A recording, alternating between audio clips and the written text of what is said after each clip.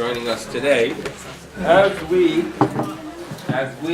begin Parshas Vayakhel. And this year we have Vayakhel and Pekudei as two separate parshiyot. Most years we have them together, and these are parshiyot that in general are repeating the many details that relate to the fundraising and the construction of the tabernacle. And it gives us an opportunity to run through, when we read these two parshiyot, to run through the section that is repeating information that we are familiar with already. This year we take this repetition, we break it into two, so we have to focus this week on Vayakhel and next week on Pekudei. Sounds fair enough? It's fair enough. Okay. Symbolism is important. Things that are there, on their own they have no significance, but they are reminders of concepts, of historical facts, of ideas, of ethics, of morals. They are important, and ignoring them could be problematic. Just recently in the news, they had that in Israel, the following occurred. You're familiar with Sugihara, especially the world travelers here who have been to Japan know about Sugihara. Sugihara was a representative of the Japanese government in Lithuania, in Kovna, in the years leading up to the war. In 1940, he provided visas that were needed to give the Jews who were under Russian control, and the Mir Yeshiva and Josh's father was among those. My Zedi also tried, but he came late. In other words, by the time he got to Kovna to get his Sugihara visa, which the combination of a few other pieces of paper and facts allowed Jews to eventually land up in Shanghai, he didn't get the Sugihara, but Sugihara did a tremendous amount of chesed. And you could say today that there are thousands of people alive due to Sugihara, no question about it. So he's from the Chasidei Umas Ha'olam, a righteous person.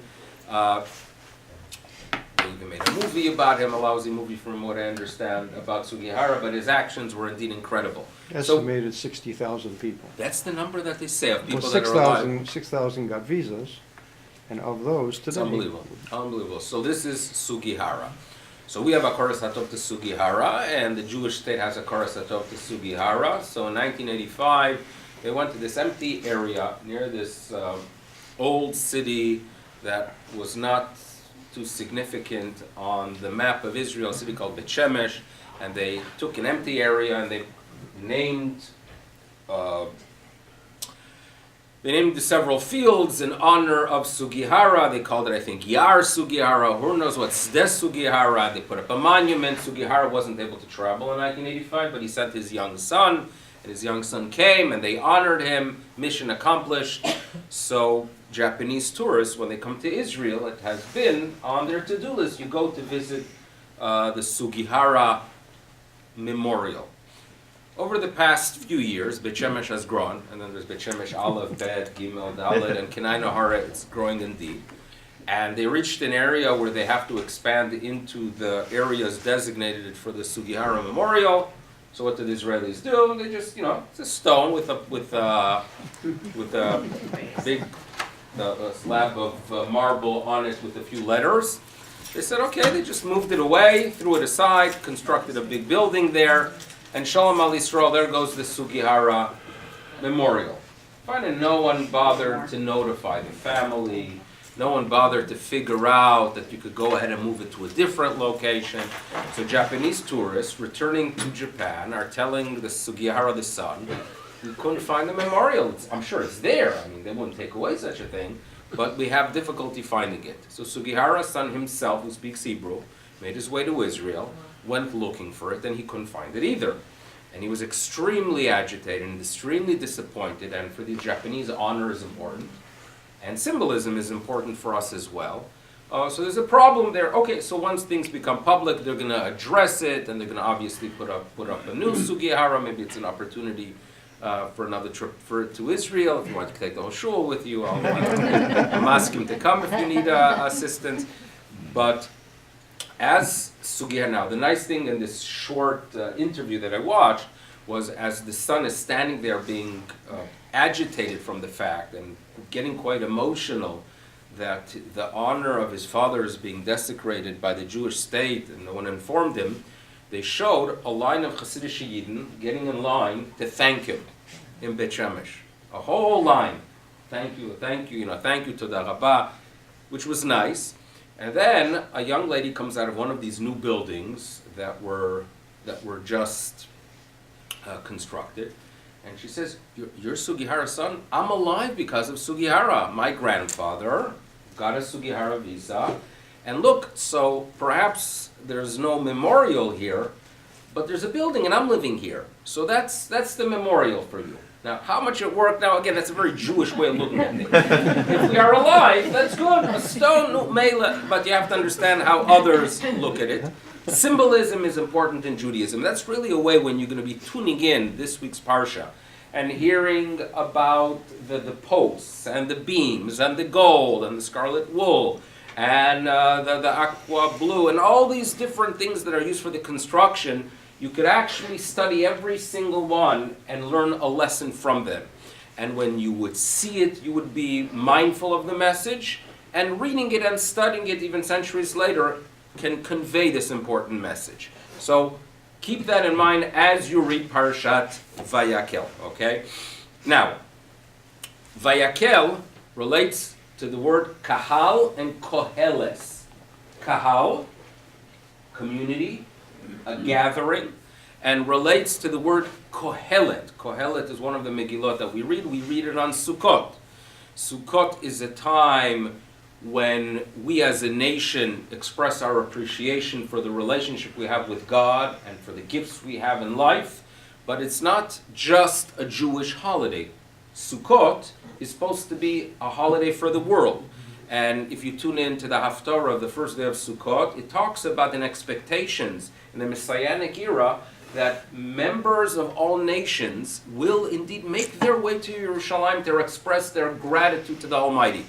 And according to commentators, the book of Kohelet is actually a book that was read by King Shlomo HaMelech, as nations gathered to Yerushalayim. It's a time when it is as if the world reaches its goal, right? Unity under the teachings or based on the teachings of Judaism. The value of human life, the 7 Noahide laws, ethics, the idea of the value of justice. Kohelet is really a great term. Now, the Midrash tells us the following. Listen to these words. That this parasha is a parasha of Vayakhel Moshe. He gathers people together.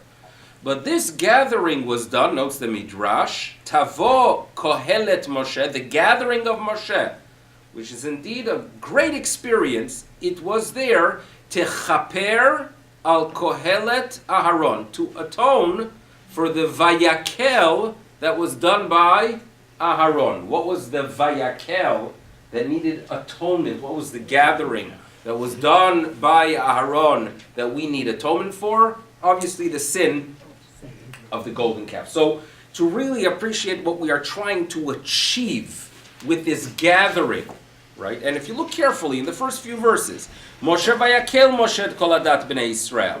And he starts off the process of informing them about the Mishkan, but step number 1, you have to be mindful of Yom HaShvi Yalachem Kodesh Shabbos, the Shabbat.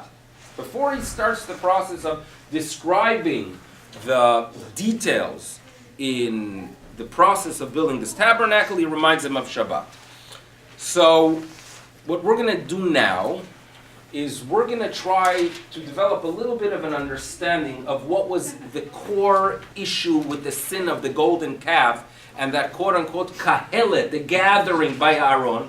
What was the core issue, the core problem, and how that is being addressed by the gathering of Moshe when he gathers them all together and he informs them, guess what? We're going to be building the tabernacle, but be mindful of Shabbat. So Shabbat is going to somehow address, atone for the sin of the golden calf. This is what we are being told. Tavo Kohelet Moshe v'tchaper al Kohelet Aharon. When the nation began the process of suspecting that Moshe is delayed, the Torah tells us that the nation saw that Boshesh Moshe. Boshesh.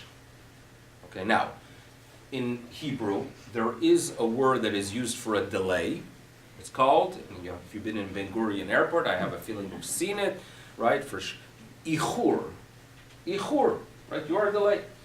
Boshesh is a little bit of a different term for the idea of being delayed. So we're going to try and understand what's the difference between the ichur and a person that is boshesh. So the explanation presented by some is the following. We're going to talk about two types of delays that I come home late. Okay, one of them is I go to Ontario service office.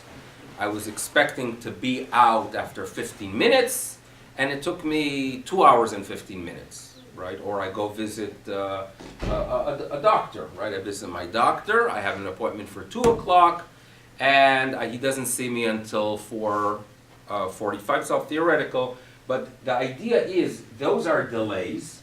Those are not delays you are happy with. What we would call in our tradition a boshesh delay. Relates to the word busha, meaning it's shameful. You can't be more efficient, right? You have to double book. You really have, I understand, it's OEP, and I understand that you need to get back, but there's a level of busha. That's one type of delay. Another type of delay is you go to a wedding, and you actually are sitting at a table with people you really, really, really enjoy. And the music is not too loud, so you can actually stay inside, and you don't need the earplugs. And it's a pleasant environment, and everyone is happy. So even though you were planning to get home at 10:45, you had such a good time, you were there till 11:45. That's not a boshe. That is, you came, be'ichur, you were late. Why? There's nothing shameful. This is, you were having such a good time. How do we view a religious experience? Right? In other words, if let's say you are having a religious experience, you're by the kotel, you're inspired, you're in shul, you're davening, you are inspired, you're studying Torah and you are inspired, and let's say it takes a little bit longer than what you expected. Is that an ichur or a boshesh? Depends on the person, depends on your attitude, right? If your Jewish identity, right, and your connection to the higher being is something that is meaningful for you. So staying that extra 10 minutes by the kotel, right? And I mention it because we have the privilege of appreciating it. You live in Yerushalayim and you visit every Monday and Thursday, the kotel, it doesn't mean the same. If you live like myself here, right, and I haven't been by the kotel for 4.5 years, so the experience of even imagining it is something elevating, correct? That's an experience. I could pray at that very special location. A delay of 10 minutes, right? How am I going to view it? Is it a boshesh, right? I can imagine it. I'm going with someone that's on the other side of the mechitza, right? And I finish earlier, right? I finish a little bit earlier my davening. I get extra 10 minutes to stand there and meditate. Boshesh or ichur? It all has to do with your attitude. And what is being pointed out by the commentators is the following. Moshe is having a spiritual experience with God Almighty for the sake of the people. For he is learning law. He is indeed figuring out what we are all about. For some people, he was there longer. It wasn't ichur. He was with God. Time is above time, right? If everything is based on time, I always remember when I lived in Milwaukee. We lived in Milwaukee for some time, and the community is led by Rabbi Milevsky, a Hasidic Rebbe. And the Hasidim in time it's like oil and water, right? They don't really go together because for Rabbi Milevsky, it has to do with experience. And if you're always looking at your watch, what kind of experience is that? So sitting there, Shalashudas, by Rabbi Milevsky, and he starts giving Torah. It gives magnificent insight. It was always inspiring indeed. But I was looking at my watch way before him, right? Because he never did. So he would go on, and again, it was insight. And I was a little bit in the boshesh type of mood. Well, for him, it was a good ichur. Yeah, he's late, but that's because he's teaching magnificent insight, correct? So I had this sensitivity to this idea that you have to finish within a specific period of time. I had a wake-up call because when we were in Milwaukee in 1996, we traveled to Baltimore for my brother's wedding. And it was a very Lebedik wedding. And the band was into it, and the band was playing. And then at 10:59 and 59 seconds, they stop. And they start packing up and they leave. In other words, all their emotion and all their excitement, now again, they got paid till 11 o'clock, so I understand that very well. But that was a sign for me that if you are completely controlled by time, which is very natural for me, you're not putting you're doing it perhaps in a very external way. Something is lacking. When you are above time, it's a sign that you are connecting to it as is. Everything has to be balanced in Judaism. But here we have the question, how do we view Moshe's delay? For Klal Yisrael, and when they approach Aaron, and when they have that gathering, that was a gathering because they viewed the spiritual experience as one of boshesh. They didn't really appreciate it, right? Law, the teachings of Torah, religion somehow limits us, right? It's a major problem when those words come out of our mouth, when we view religion that way. Because if you view it as something that limits you, how can I transmit it to the next generation if they see me carrying this quote-unquote burden? If it's a burden for me, they're not going to be interested in that burden. If on the other hand, I figure out a way to purge that boshesh and to show them that you should know that religion indeed infuses meaning into life. It gives purpose. It's exciting. It's good. That's a success story, and that is how you atone. That is how you atone for the Vayakhel of Aharon. So how do you get rid of a boshesh? So our answer is going to be in the beginning of this week's parsha. It is Shabbos. Shabbos indeed is the cure. Is simply the cure to that problem of attitude. In other words, when you enjoy Shabbos, right? When you go ahead and you designate the good food for Shabbos. When it's a time when you gather with people that you enjoy. Oneg Shabbos is really the solution to all of those problems. How do we atone for the Vayakhel of Aharon? Vayakhel Moshe informs them, you have to go ahead and have Shabbos. So this is piece of information, number one, that we are told. Oneg Shabbos, right? Now, there are 3 Vayakhels in the Torah, by the way. 3 Vayakhels appear in the Torah. Number 1, Balkorah. Aaron, Moshe, which is a solution. But believe it or not, there's one more, and that has to do with Korach. Korach, who rebels. Korach, who focuses on a social turmoil that exists within Jewish gatherings, which we call machloket. He had a Vayakhel as well. He had a Vayakhel, and here we're going to address the problem that Shabbos could create. And that is, the word is going to be machlokes, disagreement. You know, sometimes, not here obviously, but sometimes in some shuls there are fights. People get into issues, right? There are different attitudes, what the president should be doing, what the rabbi should be doing, what the gabbai should be doing, right? What colors the carpet should be. And some significant issues develop in synagogues. Often, designated day is Shabbos. Why is it? Because we're distracted from Sunday to Friday. We're busy with work. We're busy with whatever keeps us busy. But Shabbos, we get together and we get agitated from one another, right? Human nature. I mean, let's face it. A 3-day Yom Tov, right? 3-day Yom Tov. Isn't that at time? You know how many times Simchas Torah already, especially if it's after a few days, there are people you don't want to look at anymore. I mean, that's human nature. Human nature. And the social conflict that could create, that a Vayakhel could create, came out in the days of Korach, machlokas. That's why the Torah uses that word. So you got it. Vayakhel, they gathered for the wrong reason. So come Shabbos, let's make it a proper Vayakhel. But be careful on Shabbos because there could be another Vayakhel, another gathering, which could be major machlokas, which burns down communities. It's interesting. I was once meeting someone about religion, a younger person. And she mentioned to me that, listen, you shouldn't be telling me, or my parents shouldn't be telling me about religion and about synagogue, because I know very well that my mother, every Shabbos morning before going to shul, she needs gravel.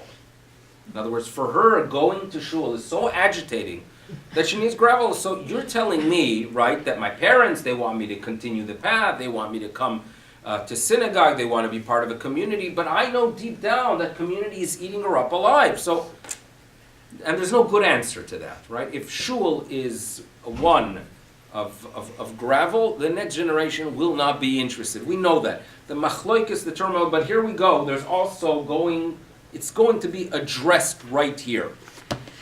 So with it, let's read a verse. In the first paragraph of this week's Parsha, right? What's the last verse of the first paragraph? Right as we are completing here this introduction of Shabbos, before we start the process of building our community, building the structure that brings us together, Lo tiva'aru esh bechol moshvatechem b'yom HaShabbat. You shall not kindle fire in all of your dwellings on the Sabbath day. There are many types of acts that we avoid on Shabbos. So the commentators wonder, why specifically is the kindling of fire mentioned here? Okay, that's the basic question. The most basic answer is the following. The Torah wants to point out that there is a difference between Shabbos and Yom Tov. On Yom Tov it is permissible, right? We talk about the idea that Yom Tov is really to appreciate the physical world, right? To see that it's a magnificent world, and to appreciate it and welcome the King into our homes and into our world. So therefore we prepare fresh food. How do you prepare fresh food? You need heat.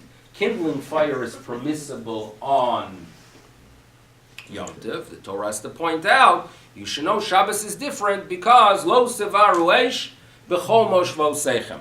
Fine, this is what we are being told. But I'm going to share with you an insight that will obviously fit into the message that we're focused on, that borders on drush. You know what, when you study Torah, there's the pshat, right, the most basic level to understand things. And then you have drush, which the Torah has given opportunity for drushes. We've had 3,400 years of drushes, where rabbis had to get up on Shabbos and find a message in the text that relates to what we are experiencing here today. So there are many times you can hear a drush that when you look back at the text, you're going to say to yourself, the text really has nothing to do with it. Nice speech, Rabbi, but the text has nothing to do with it. There are times that you feel that the drush itself is giving us a message that fits into the theme. So therefore the commentators note, Lo sevaru eish, they write the following, that it refers to, so that's okay.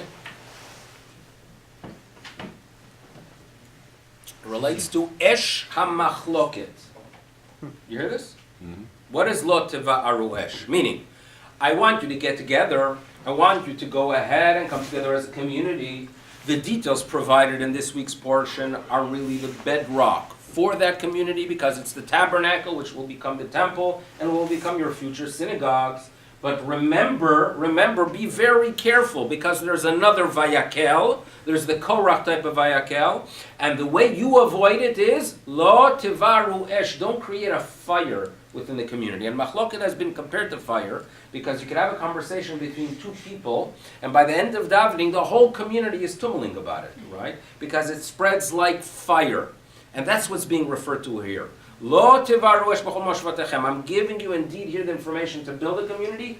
Be careful from the most destructive force in a community, the fire of machloket. This is what we are told. What's the key to avoid it? What's the key, to avoid machloket? They mentioned that when there were these fires in California, so the President of the United States mentioned that California can learn from Finland. That's what he mentioned, because in Finland they deal better with their fires. And obviously people pointed out that how can you compare dry California to moist Finland? In other words, when you have wood that's full of moisture, it's not going to burn. If you have it in a desert, it will burn. So the comparison seemed to be problematic to many. for us, there's a very important lesson here that relates to how we approach our religion, right? How do we approach our gatherings in shul, right? How do we view it all? You know, there's a way of practicing religion in a very dry way. No choice. I got to do it. Was kann ich tun, right? I got to go ahead and wake up in the morning. I got to daven. What can I do? I got to eat kosher. When there is no enthusiasm, when there's this dry attitude, a dried out attitude towards what we are doing, that's when there is a danger. On the other hand, when there is excitement, when it's dishanim vera'ananim yiyu, right? When you practice your religion with this, excitement, right? When there is something that you value about it, when you feel good about it, that fire, that destructive fire, will not consume. It's interesting. There is this rabbi here in Toronto by the name of Irons, who works for NCSY. Does a lot of good things. And he has this organization that's called Kesher Israel, which has to do with, from my understanding, that it is like an NCSY not just reaching out to those who are not affiliated, but within the Jewish community, in religious homes, to create that excitement for kids. And I think it was last week he brought in these speakers, a speaker from New York that's very, very good with kids. Yitzi Earps was the name. And then he brought someone from the Jewish Museum in Brooklyn, right, who brought artifacts that fascinated the kids. So bringing excitement to the next generation is so significant, and that's very possible the first step in avoiding the machlokes. There's one other one, and it really fits in the names. Let's a little bit look at the names of those involved in the construction of the tabernacle. You're going to turn to page 520. Remember the names? Remember the names, everyone? 520. Who were the two individuals involved in the process of the construction? So we are given here two names of two individuals from two tribes. One of them on page 520 is Bitzalel ben Uri ben Hur Lamate Yehuda. Yehuda is viewed as the tribe of leadership, the leader of the people of Israel. The nation of Israel itself had what is known as the tribe that was in the back. In other words, as throughout the years of the wilderness, their formation was such that the tribe of Dan was behind them. And the rabbis actually described the goal of the tribe of Dan, that if people would lose things in the wilderness, someone lost his keys to his camel, right, and it fell down, so the tribe of Dan would be the one that would pick it up and find it and return it. That seemed to be how the rabbis described the role. And in verse 34, Pasuk Lamed Daled, we are told that together with this fellow Bitzalel, we have Oholiav ben Achisamach lemate Dan. Okay? Two names. Names are very significant in our tradition. We often look at the names to see what they symbolize, what they represent. So Bitzalel, the rabbis tell us, relates to the idea that he was in Bitzel, in the shadow of Kel, of God. Now he's up there. To be in the shadow of God, protected by God, that's amazing. And God is light, so his father was Uri, or light. And his grandfather, according to the rabbinic tradition, you know that Hur was active until the sin of the golden calf, and then his name is no longer mentioned. And according to rabbinic tradition, he tried to prevent the sin, and he was actually killed. So Bitzalel is a grandson. Hur relates to the idea that Rabbi is Ben Chorin, that is free. Who is really free? One who doesn't give in to temptation.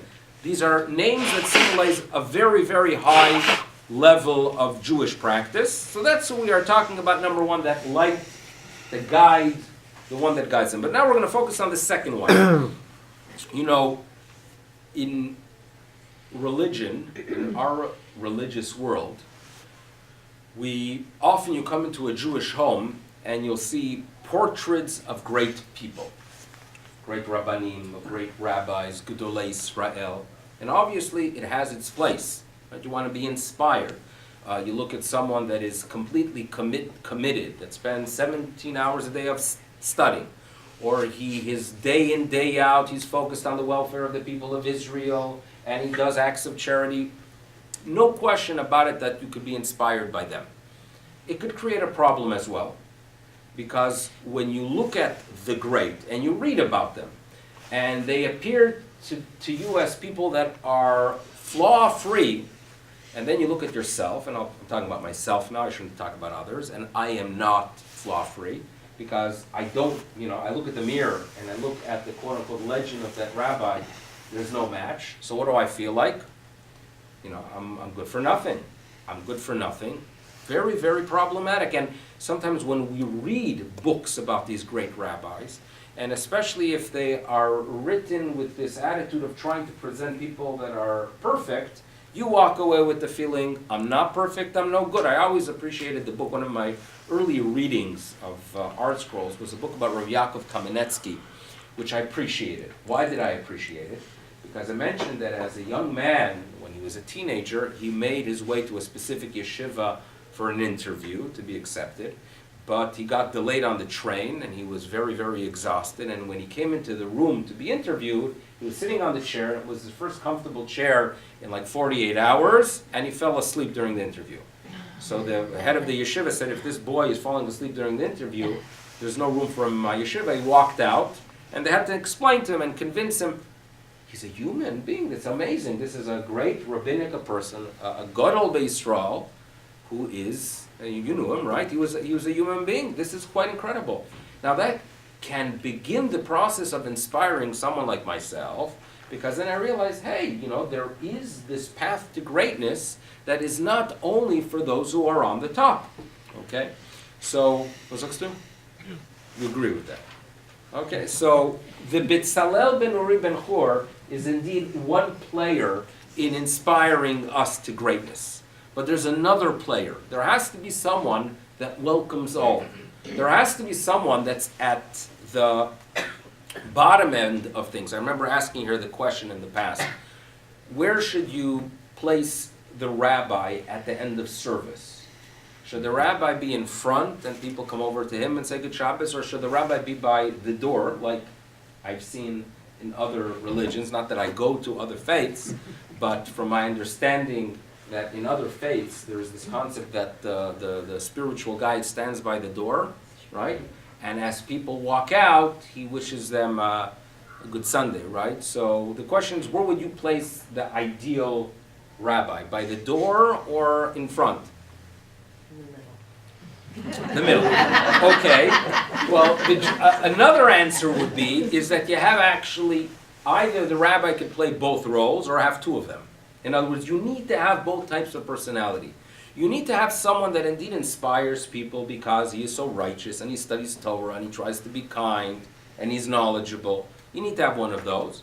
But you also have to have someone that relates to people. That they don't have to feel that only if I could climb to the top can I have that relationship. Right? This is the question that is asked in many rabbinic circles. Should the rabbi play basketball with congregants or not? This is a question.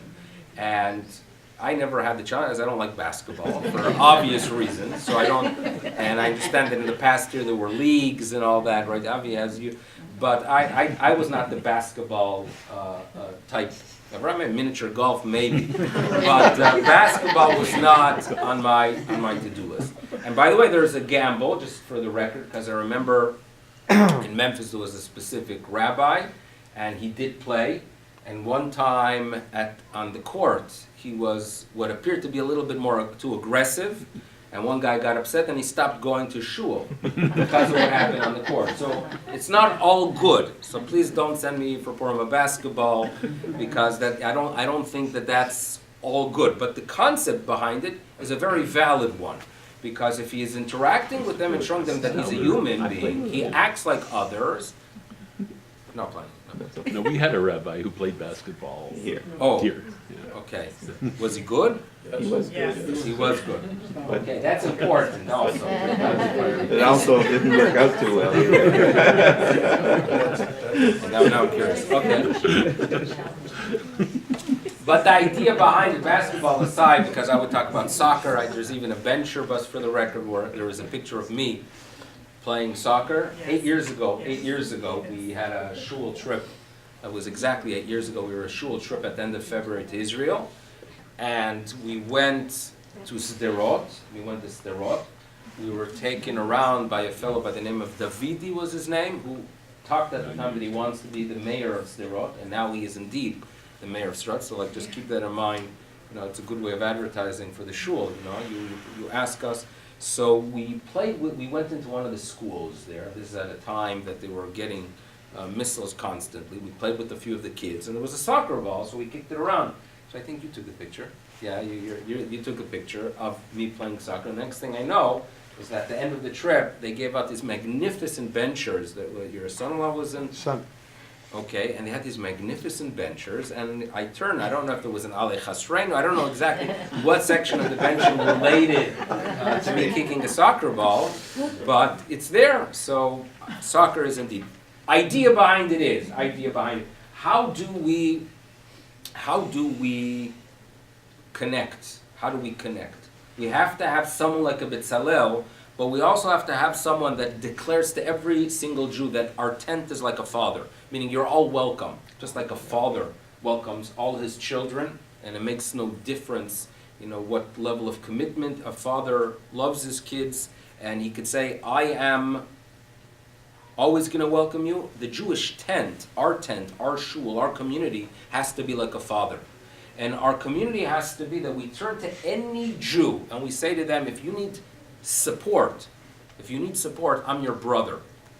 So it's not walking in with the statement that I'm like the light and follow the light, and if you're not worthy, you are out of here, right? That's not the only way you could keep the nation together. Because if you take that approach, you're not going to have a moist nation. You're going to have a nation that's going to feel inadequate, right? I'm not like the Gadol B'Yisrael. I'm good for nothing. My practice of Judaism will be dry, without enthusiasm. Without enthusiasm, I come to shul and I find no meaning in it because I don't feel welcome. So when there's a good, hot, exciting issue, a machlokes, it's very, very exciting to get into a fight. Your machlokes will spread. How do you prevent it? By having a Betzalel, but also having someone that declares, oh, Hali, my tent is like a father. Ohali Av. So that's the symbolic significance of the name. Ohali is like an Av. And in addition, so you see how the name from the tribe of Dan, the welcoming tribe, just as he returns a lost object, when there's a Jew that feels lost, he could turn to a member of that tribe, and that member of that tribe will welcome him and say, you know what, it doesn't make a difference what level you are on, you are part of our nation, I'm going to treat you with dignity and respect, and I'm going to love you. And those things, by the way, really, really work, right? People who are judgmental are simply not going to have the ability to relate to others and inspire others because if I'm looked down at because I don't have payas, and I don't have a long beard, and I don't have a shtreimel, and I don't always wear my hat, I'm not going to feel a connection to that person. The person who values me for what I am, right, and accepts me and loves me for who I am, you know what? I'm going to be inspired by him.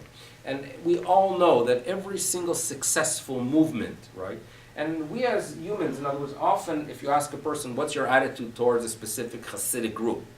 So often it's going to be the result of your personal interaction. If I interacted with a person from a Hasidic group and he was welcoming to me, I'm going to have a positive attitude towards that group. If I'm going to interact with one of them, they're going to look down at me because I'm different, so my attitude will always be negative. We have to feel that responsibility, not to our group, but to Judaism. Welcome people. Obviously we need a Betzalel. Obviously we need that light to guide us, but we need a person who declares Ohali Av, and we need someone to declare Achi, my brother, Samach. I'm here to be Somech. You could rely on me. Ani Somech Alech in modern Hebrew. You could rely on me. We're brothers. You could rely. You could lean on me. You could turn to me. I am here to be your support. These are the ingredients. So what we have from the Parsha is a Vayakhel, to take care of a Vayakhel, and here to develop an appreciation for our Judaism through Shabbos, a warning to be careful from the fire of Shabbos, the machlokes, and the way to address it is to have leadership that understands that the significance of a person is not just their scholarship and greatness, but their identity, and if they're Jews, you welcome them, and have someone on both ends. Just one more story about symbolism. We'll end with an interesting story about symbolism because that's really what you're going to be tuning into throughout this week's Parsha. In the summer of 1990, my older brother, after he finished YU, did a cross-country tour, and meaning he rented a car and he drove throughout sections of the United States. And at one point, I flew down and I joined him as we drove through the South. And we were talking about Southern culture and a little bit about bigotry that still existed in the South, and a little bit about the Klan, the Ku Klux Klan that was active at the time, still active to some extent. Fine. A few weeks later, we were here in Toronto, we got tickets to the Blue Jays game, and we went to the Sky Dome. Well, I don't know what it was called in 1990. We went to the Sky Dome. It was still exciting then. They used to sell out because of the excitement of the roof. So we're sitting there in the game. Now, my older brother is one of the smartest people I know. But when it comes to his knowledge of anything that relates to sports, he's clueless. He's not aware of it, but he's clueless. He has no understanding of sports. Meaning when it comes to annuities, right, and you could turn to him because he's one of the greatest experts in the world. But when it comes to sports, I could guarantee he's not going to get a job with ESPN. So we're sitting there at the game, and I'm not a great maven, he for sure is not a great maven, and there's a guy pitching. His name was Guzman, I still remember that. He was a pitcher for the Blue Jays. Oh, you see though? And suddenly, as we're looking around, we see from level 200 these big poster signs that had on it the KKK. And I got very, very nervous, and he got even more nervous. We just came from the South. We're dealing there with the Klan, and here, someone in Toronto, there's a big sign, and no one's saying anything. They just put up a big banner for the Ku Klux Klan, right? Haters of Jews and of blacks. We seem very, very agitated, and it was ruining our time, and we're schmoozing with one another. And we decided we've got to do something. We got to call security. We got to contact someone. So as we're looking around, we look up, and this is after 10 minutes, and we realize that there's a fourth K. And we try, what was that?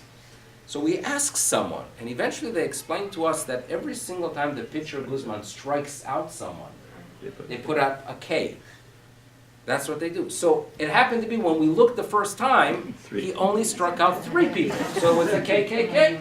And we got nervous, so for the next 15 minutes, unfortunately it took him another 15 minutes to get another strikeout. And then there were 4 Ks. 4 Ks already was fine. Symbolism is important. That's the message that I learned. And thank you for coming, and everyone have a wonderful Story.